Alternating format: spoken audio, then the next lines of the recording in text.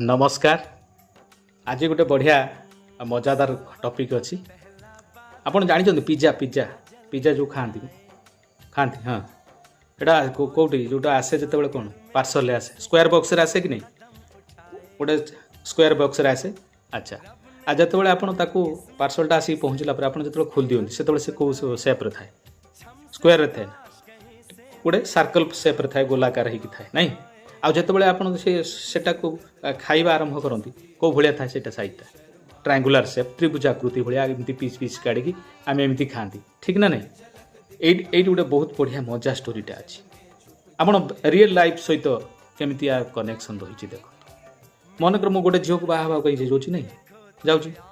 अच्छा मुझे देखी कौटी बजार मार्केट छक देखी से प्रस्ताव पड़ा मुझे देखी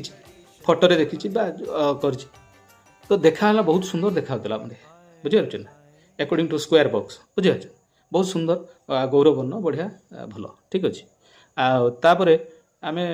फोन रे कथबार्ता हेलु पाखापाखि माने ये कलु मझे मझे टे कौटी तुम टे हाट को आसुना टे कथा बा देखा टे सिनेमा जावा बाहर पूर्व एनगेजमेंट सरी तो से आउे करीब को आसलु भारी बढ़िया लगे से किसी खराब जिन सब नजर को आसेनि आते बह हो जाए जो आम खावा जाती माने पिज्जाटा को जिते सर्व करा जाए ट्रायंगुलर सेप हो जाए बुझीपार तो से कौन हुए जानते